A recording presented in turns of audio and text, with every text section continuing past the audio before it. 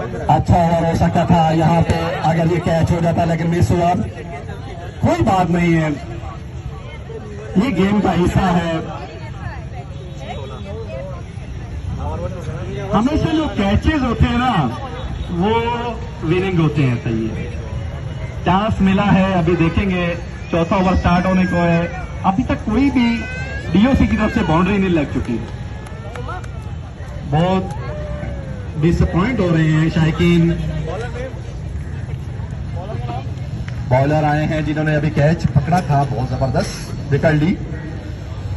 और यहाँ पे ऊंचा खेलना चाहते थे, लेकिन सीधा इफ्तिखार जान साहब के हाथों में। इफ्तिखार जान साहब की फील्डिंग के हवाले से नो कॉम्प्रोमाइज।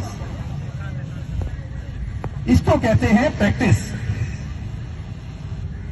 ये आए, सीधा खेल दिया। प्याज अब्बासी साहब बॉल के लिए आए और वाइड, पहली बॉल वाइड।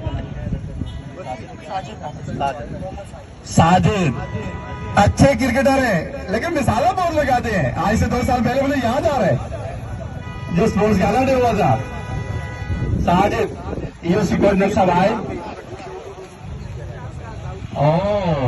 अच्छी बढ़िया बॉलिंग, बाहर खेलना चाहते हैं यहाँ पे दूसरे रन के लिए।